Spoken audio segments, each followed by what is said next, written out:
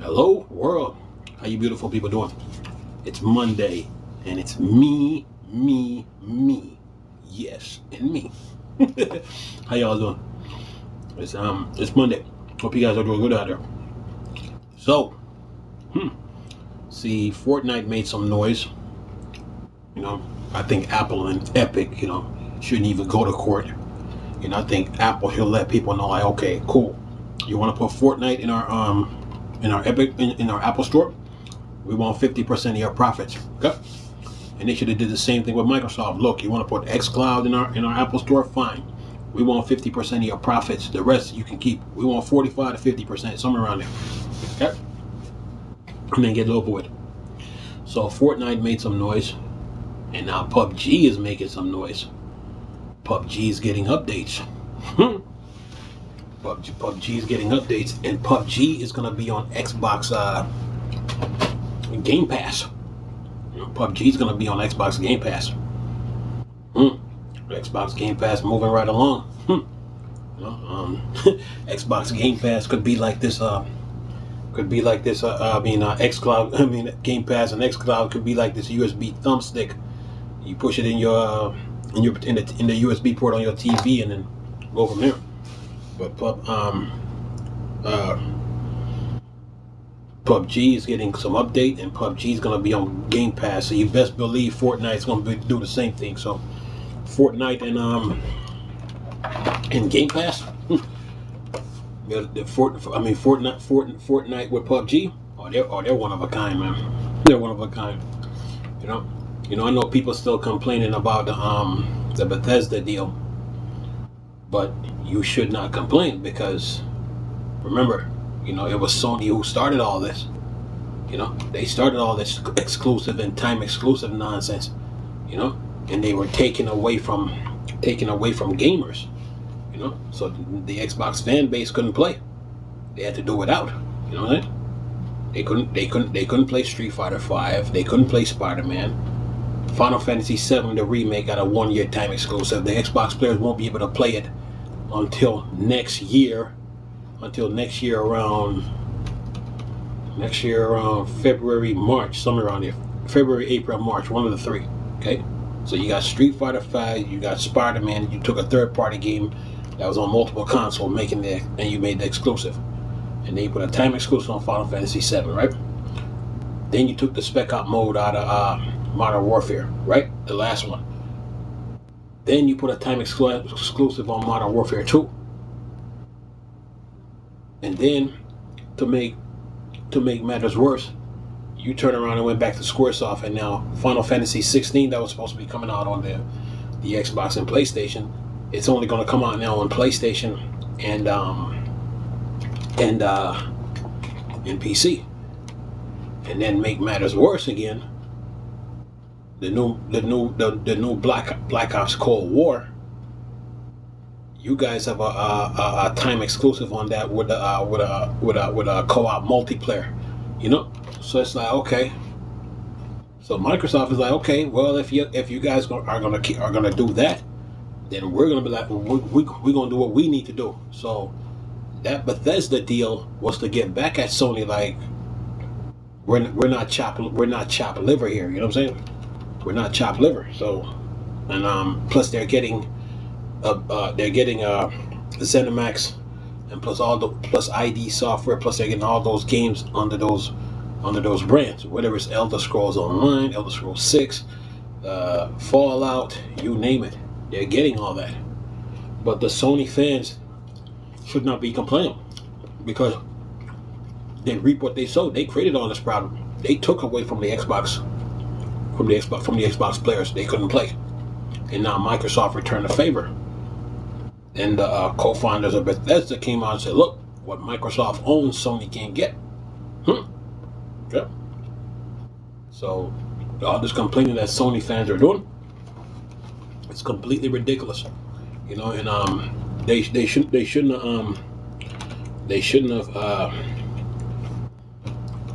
have been putting the time exclusive, man, because it's like what goes around comes around, man. And Xbox players were hurt when they couldn't play the Spider-Man, So Microsoft like, okay, we'll take care of it. Remember, you know what I'm saying? They were looking at Sega, but Sega come with a lot of baggage. The AT&T deal was sitting on the table. The AT&T WB game sale was sitting on the table, $5 billion. But then AT&T was trying to offload them because they got issues to deal with. Okay, and then they would have gotten NetherRealm Studios and a couple other studios that was under that deal. But Microsoft didn't want that. And then while that was going on, remember, Microsoft was in talks with Bethesda and ZeniMax. And then when the deal went down, it went down. So people complaining shouldn't be complaining. You know, remember Sony started all this. And remember when they put Spider-Man on PS4? How the YouTube Sony fans was mocking the Xbox players. Microsoft, so Xbox players had to do without, and they licked their wounds and like, okay. But now Microsoft answered the call. So for the Sony fans to be sitting here complaining, it's utter nonsense. But anyway, I'm looking at this article. It says here, where am I at? It's on GameSpot. It says future Bethesda games don't need to be on PlayStation 5, says Xbox Phil Spencer. And it says, responding to the question about Elder Scrolls 6, Phil Spencer says Microsoft won't be forced to release it on PlayStation 5. Wow, that's a dagger. So let me get this straight. The co-founders of Bethesda came out and said, okay, what Microsoft owns, Sony can't get, right? But now Phil Spencer come out and said this, responding to the question about Elder Scrolls 6. Spencer says Microsoft won't be forced to release it on PlayStation 5. Wow, that is a dagger. Okay, so all those PlayStation fans that are dreaming of Elder Scrolls 6, you can forget it. You're not getting it. So you got the co-founders of Bethesda come out saying what Microsoft owns, Sony can't get. That's solidified. But now Phil Spencer drive the hammer home when he says, look, Microsoft won't be forced to release it on PlayStation 5.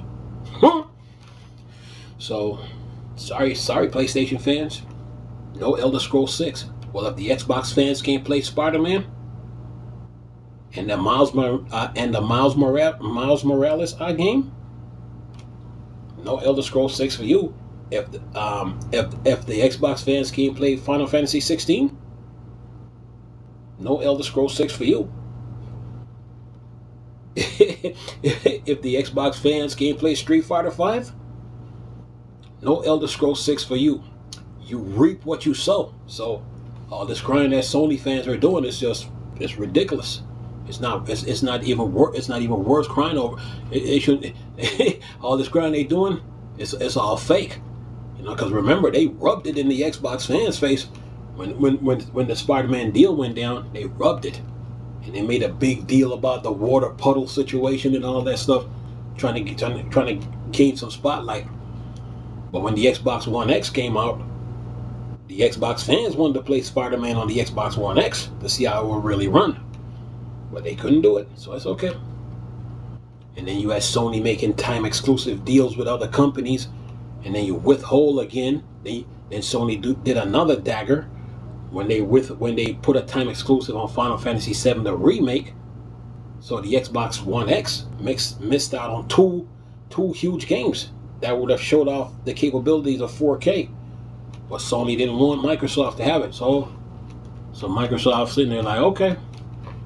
So you best believe while that was happening, the Bethesda deal was going down. We just didn't know about it. Okay? And all these other news that Microsoft was interested in Sega and then the AT&T deal, all that was diversion. I bet you that Bethesda deal was going down when Spider-Man even came out. You know? So yeah. It just, the Bethesda deal didn't happen overnight. Microsoft was probably talking to Bethesda and ZeniMax since the whole Spider-Man situation, and between the Spider-Man and Final Fantasy VII remake, exclusive and time exclusive. Microsoft was probably talking to ZeniMax and Bethesda then. Okay, so the deal just didn't happen overnight, man.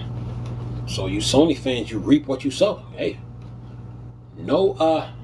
Let me read this article again so you can see this. Listen to this. Where Spencer says Microsoft won't be forced to release it on PlayStation 5. And then you have the co-founder of Bethesda saying what Microsoft owns, Sony can't get. So yeah, you reap what you sow, Sony. Okay, you reap what you sow, and you PlayStation fan base need to stop crying. Okay, y'all need to stop because y'all started this.